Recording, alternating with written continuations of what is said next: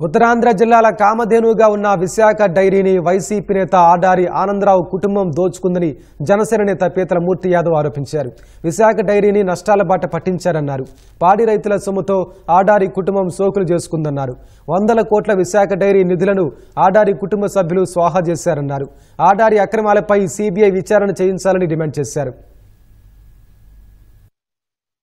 ఉత్తరాంధ్ర జిల్లాల కామధేనుగా ఉన్నటువంటి విశాఖ డైరీ దశాబ్దాల నుంచి కూడా 2000 కోట్ల రూపాయలు టర్నోవర్కి ఎదిగి ఆంధ్ర రాష్ట్రంలోనే అత్యంత పెద్ద డైరీగా సుమారు 3 లక్షల మంది రైతు సంఘాలు కష్టంతో పైకొచ్చినటువంటి విశాఖ డైరీ నష్టాల బాటలో పట్టింది.